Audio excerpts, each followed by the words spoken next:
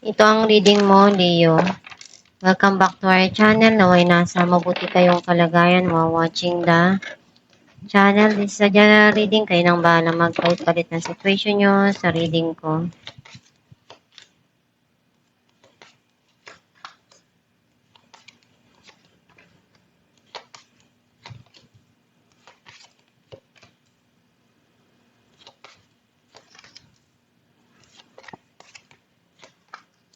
At the bottom of the deck, the Hangman.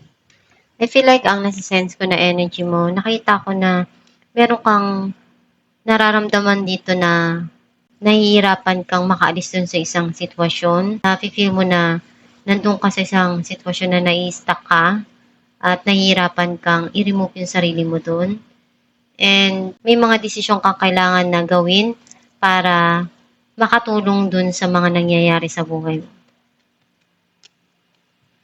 Ang mensahe ng card mo, maaring nawawala ka sa mood or mainit yung ulo mo or may mga desisyon kang kailangan dito na harapin. At pinag-iisipan mo mabuti kung ano yung kailangan mong gawin sa mga nangyayari ngayon sa buhay mo. Nakikita mo na nag-grow yung financial mo or nagiging stable or nare-reach mo yung goal mo.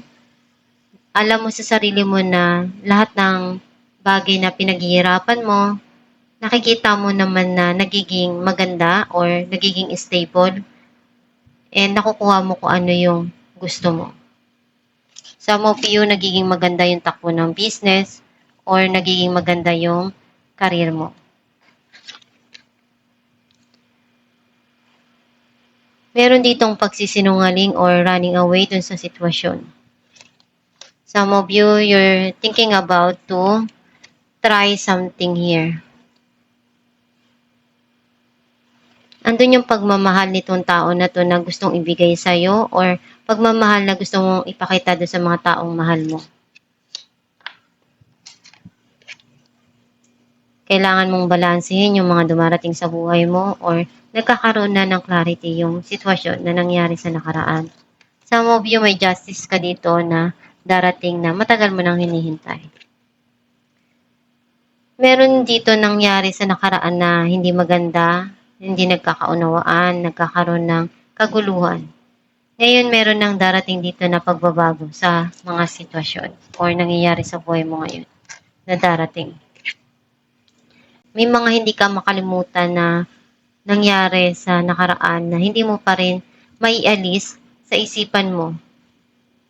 Kasi something there na mahalaga sa'yo at patuloy na binabalikan at naalala mo pa rin yun.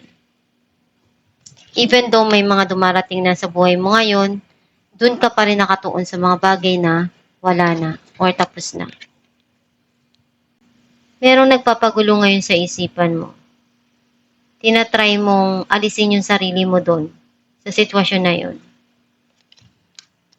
Clarify natin ang King of Swords. 6 of Wands and 7 of Cups. Meron ditong opportunity na darating sa buhay mo at kailangan mong harapin at pagdesisyonan. And once na malaman mo kung ano yung tama para sa'yo at makukuha mo yung victory na inaasam mo. Clarify natin ang 7 of Swords. The Hierophant and 6 of Swords. Alam mo kung ano yung magpapasaya para sa'yo. Even though may mga sinusubukan ka dito para mag-heal ka or kalimutan yung mga nangyari sa buhay mo sa nakaraan, unti-unti mo naman na matututunan na gamutin yung sarili mo. Clarify natin ang Justice. The Moon and 8 of Cups. Gusto mo nang kalimutan yung mga masakit or alalahanin. Ayaw mo munang isipin kung ano yung sa tingin mo hindi na maganda na sitwasyon, yung negative. Gusto mo munang gawin kung ano yung sa tingin mo kailangan na mas importanteng harapin at bigyan ng tamang desisyon. Clarify natin ang Five of Cups. The Magician ended. Gagawa ka ng paraan na alam mo. Gusto mong kalimutan yung mga nangyari sa nakaraan at gawin ko ano yung sa tingin mo kailangan pang baguhin doon sa sitwasyon at makakatulong para sa'yo. Clarify natin ang King of Pentacles, the Star and Ten of Wands. You're still hoping for your success at kung ano yung responsibilidad mo, pinupunuan mo palagi yun, hindi ka nagkukulang doon. Andun pa rin yung pagdarasal mo na one day makamtan mo kung ano yung inaasam mo sa buhay. Clarify natin ang King of Cups, Four of Cups, and Five of Swords. Meron ditong offer na darating na makakapagbago ng buhay mo at pinag-iisipan mo mabuti kung ano yung gagawin mo or desisyon na ibibigay mo doon. Clarify natin ang Death, Seven of Swords, and Queen of Cups. Meron ditong pagbabago na darating doon sa mga nangyari sa nakaraan na feeling mo meron doon pagtakas or pagsisinungaling. Pero mas nakapokus ka ngayon para sa sarili mo kung ano yung gusto mo na pagmamahal at pag-aalaga na maibigay sa'yo. Yun yung isa sa tinatangi at inaasam mo sa buhay na makuha yung pagmamahal. Clarify natin ng Eight of Swords. Some of you, meron ka ditong susubukan na para sa iyo makakatulong na mabago yung buhay mo at magiging masaya ka dun. The Chariot and the Fool. Marami kang natutunan sa mga nangyari sa buhay mo.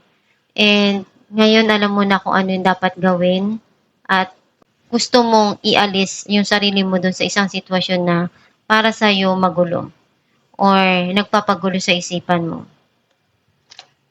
Alamin natin kung ano mensahe para sa iyo.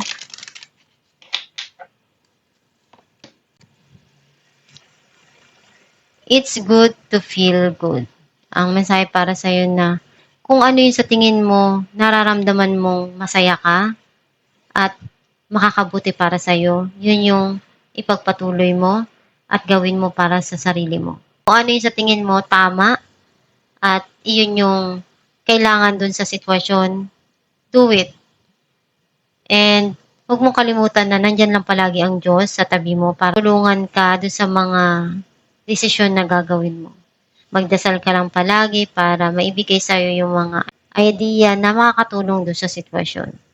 Kung sa tingin mo minsan nahihirapan ka na makawala dun sa mga isipin, hindi naman kailangan na magmadali ka sa mga pangarap mo. May proseso yan eh. Pagsikapan mo lang palagi at pagtiyagaan mo.